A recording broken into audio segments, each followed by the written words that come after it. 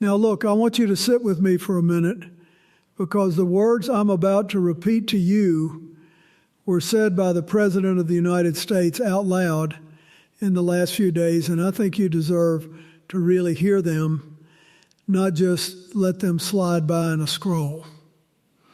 It's late June 2026, and in a burst of messages, the President warned that Iran, a nation of some 90 million people, will no longer exist if the fighting continues. He said the United States might be forced to militarily complete the job it had started. Complete the job. On the surface, folks, you might file that under just another tough talk headline from a president known for tough talk. But if you look closer, and I mean really look, this wasn't a slip, and it wasn't a one-time thing. It was the latest line in a pattern that had been building for months. And here's what most people watching didn't quite register. The warning to Tehran wasn't really aimed only at Tehran. It was aimed at a negotiating table. It was aimed at markets. It was aimed in a strange way at all of us. Because when a president talks like that, he is doing something more than threatening a foreign capital. He is telling you what kind of power he believes he holds. And this touches you directly. It touches the number on the gas pump, which had already climbed above $100 a barrel at the worst of it. It touches your grocery bill, because the whole world's shipping runs through the waters we're talking about. It touches whether your kids or grandkids get pulled into another long war in a place we've been bleeding in for a generation. So stay with me. There's a phrase I want you to hold on to tonight: complete the job. Two words that mean something very specific and something very dark. We'll come back to them. And there's a place, a narrow stretch of water called the Strait of Hormuz. That may matter more than any speech. Hold on to that name. Nearly a fifth of the world's oil passes through it, and it sits at the very center of this standoff. We'll return to it before we're done. To understand this latest warning, you've got to understand how we got here, because it's a story of a war that everyone keeps trying and failing to end. It began at the end of February 2026 when the United States and Israel struck Iran, and Iran struck back at Israel, at American bases, at the Arab neighbors hosting those bases. What followed was months of the most dangerous back and forth that region has seen in a long time. Ceasefires were declared and broken. A 2-week truce, brokered with help from Pakistan, came apart. A naval blockade went up. And understand what was hanging over all of it. This wasn't a border skirmish in some far corner. This was a war touching the single most important waterway on the planet for energy, the Strait of Hormuz, with the world's navies crowded into a space you could nearly see across. Iran, at various points, moved to restrict or close that strait. The United States built up the largest military presence in that region since the invasion of Iraq more than 20 years ago. Two proud powers armed to the teeth, standing in a hallway too narrow for both of them. That's the tinderbox we're talking about. Then in mid-June came a genuine attempt at peace, something called the Islamabad Memorandum, meant to end the war and reopen the seas. And here's a detail that tells you everything about the strangeness of this moment. The president signed that document on June 17th, not in Washington, not at a summit table, but during a dinner at the Palace of Versailles in France, alongside the French president after the G7. Iran's president signed it in Tehran. A war paused over dessert in a palace built by a king. Even as he signed, the American president made clear that if he didn't like how it held up, the United States would go right back to dropping bombs. Peace with an asterisk. Peace with a loaded gun still on the table. Every decision echoes for years. And what we're watching now is the echo of that fragile signature. A peace so thin that within days it was already tearing. And the threats came roaring back. Now let me be precise, because the details matter more than anybody's spin. And the sequence here is dizzying. After the memorandum, the trouble moved to the water. Around June 21st, as American and Iranian teams tried to keep talking, this time in Switzerland, with the vice president leading the delegation and speaking hopefully about transforming the relationship, the president gave an interview in which he said he'd warned Iranian officials that they wouldn't even make it back to their own country if they didn't make a deal. Read that again. A threat aimed not at the regime in the abstract, but at the very negotiators sitting across the table. Iran's chief negotiator called it a sign of desperation. The talks stalled. Then the strait itself became the battlefield. Iran was accused of drone strikes on commercial ships passing through, a Singapore-flagged vessel, a tanker carrying more than 2 million barrels of crude. The American military struck back, hitting Iranian coastal sites, radar stations, drone storage. Iran fired missiles and drones at Kuwait, where America keeps an air base, and at Bahrain, home to the U.S. Fifth Fleet. The neighbors, Bahrain, Kuwait, the Emirates, Qatar, Saudi Arabia, condemned the attacks as dangerous, flagrant violations of their sovereignty. And it was in the middle of that flare-up on June 27th that the president posted the words I opened with, that Iran will no longer exist, that America may be forced to complete the job. And this was not the first such warning, only the loudest. Earlier in the spring, he'd written that a whole civilization would die. In May, that the clock was ticking and there'd be nothing left of them. In June, that America would hit Iran very hard and assume total control of its oil and gas. His ambassador to the United Nations put it more diplomatically, but no less firmly, the president's patience, he said, would not last forever. You can watch the cost of all this in one place, the price of oil. At the height of the war, crude climbed above $100 a barrel. By late June, with the shaky memorandum in place, it had eased back toward 80, and American oil even slipped below 70 for the first time since the war began. That bounce up and down is fear made visible. Every threat, every strike, every stalled negotiation, you can read it in the price of a barrel, and eventually in the price of everything you buy. All right, let me put my analyst hat on for a minute, because the strategy behind language like this is worth examining honestly. There's an argument for maximal threats, and I want to give it its due. It's called deterrence. The theory goes that if your enemy believes you're a little unpredictable, a little willing to go further than a rational leader would, they'll think twice before testing you. A president who says you will no longer exist is trying to make the cost of misbehavior feel infinite. And sometimes that works. Fear can hold a fragile piece together. But here's the problem, and it's a serious one.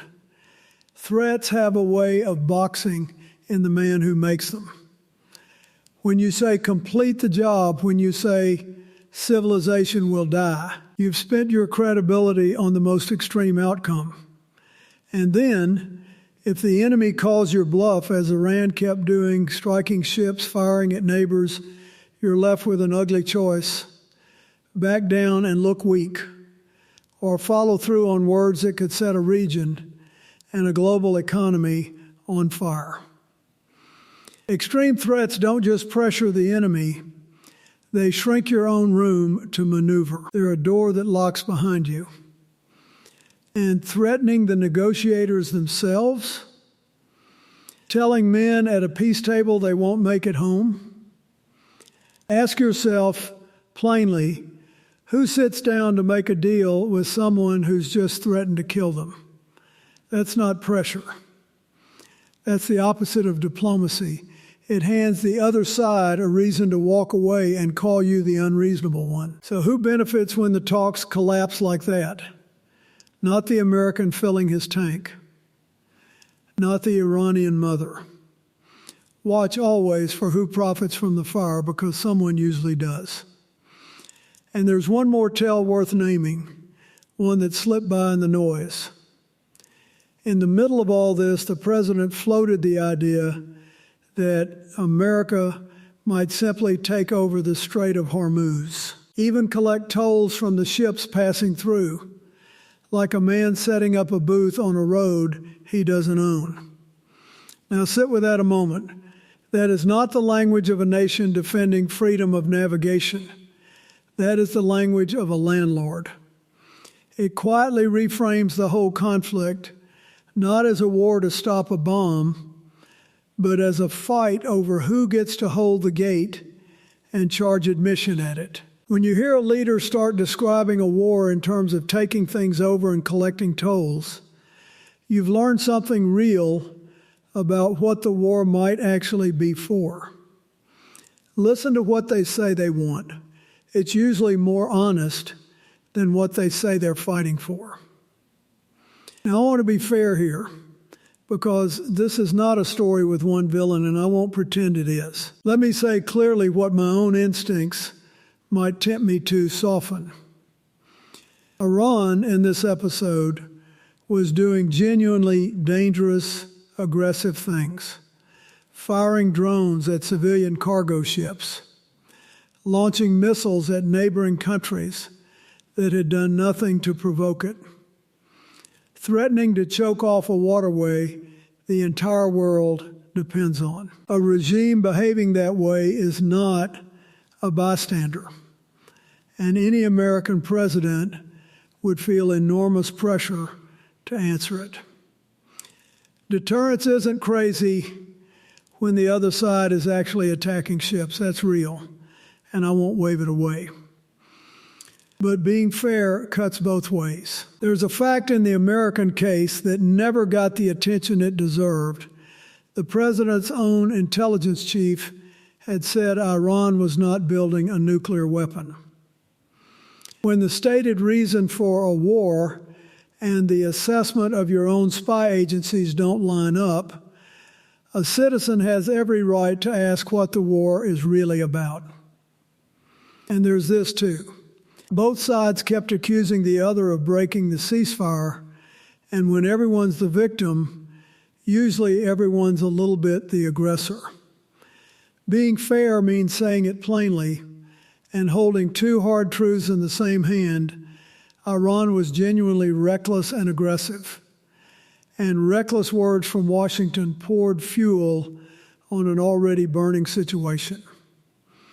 Both of those can be true at once. In fact, in the real world, they almost always are. The grown-up move is to refuse the comfort of a story with only one bad guy. So let me be straight with you about the roads out of here. I see three. Scenario A, the hopeful one, and I put it first because you've earned some hope after all that. The memorandum, thin as it is, actually holds. The strait reopens, the ships move freely, the oil flows, and the price at your pump settles back down where a family can breathe. The threats fade into the background hum of politics. The negotiators, the patient ones, the neighbors, the mediators from Qatar and Oman and Pakistan who've been quietly working the phones this whole time, do their unglamorous work. And a year from now, we look back on you will no longer exist as an ugly line from a frightening summer that, thank God, passed without the worst coming true. It's possible. Fragile pieces have hardened into lasting ones before, all through history. It tends to happen when both sides finally get tired enough of burying their own dead. Scenario B, the muddle, and I'm sorry to say it's the likeliest, the forever simmer. Ceasefire violation, strike, counterstrike, new ceasefire, repeat, the strait half open, half closed, oil lurching up and down with every headline, no peace, no all-out war, just a low fever that never quite breaks, draining money and nerve from everyone year after weary year. We know this pattern. We've lived it before. And scenario C, the one that keeps me up at night. A single miscalculation, one ship too many, one missile that lands wrong, one threat that finally has to be honored, and the whole thing goes over the edge. The strait slams shut, oil rockets past anything we've seen, the global economy convulses. And America finds itself once again in a full-blown war in that region, the kind with no clear end and no clear exit, the kind we swore last time we'd never repeat. That's the road that begins with the words, complete the job.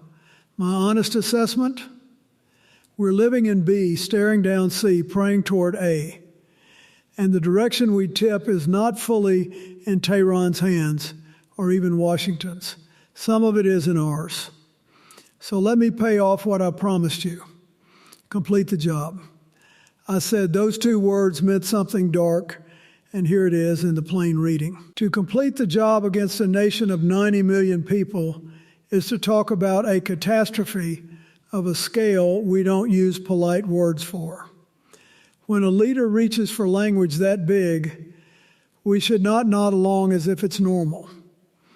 We should stop and feel the weight of it and ask whether that's really who we want to be. And the Strait of Hormuz, that narrow ribbon of water. I told you it might matter more than any speech, and it does. Because in the end, this isn't a war of words. It's a war over a choke point, over oil, over who controls the arteries of the world economy.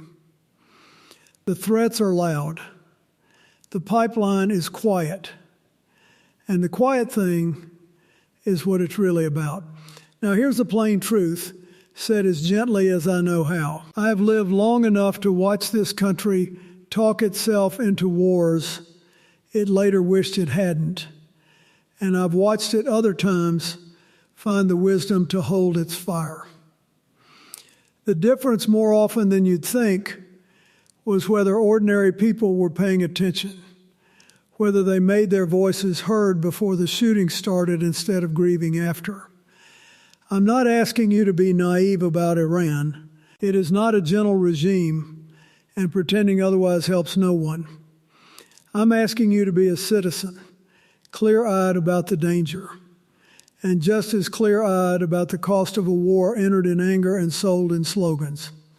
Ask your representatives, the ones the Constitution actually trusted with the power to declare war, whether they're doing their duty or handing it over. Ask hard questions. Refuse easy answers. Stay engaged. Don't just watch, show up. Vote in the quiet elections, not only the loud ones. And talk to the neighbor who sees it differently. Because a nation that can still reason with itself is a nation that can still choose not to burn. That's what I'm asking you to think about tonight. God bless, and take care of each other.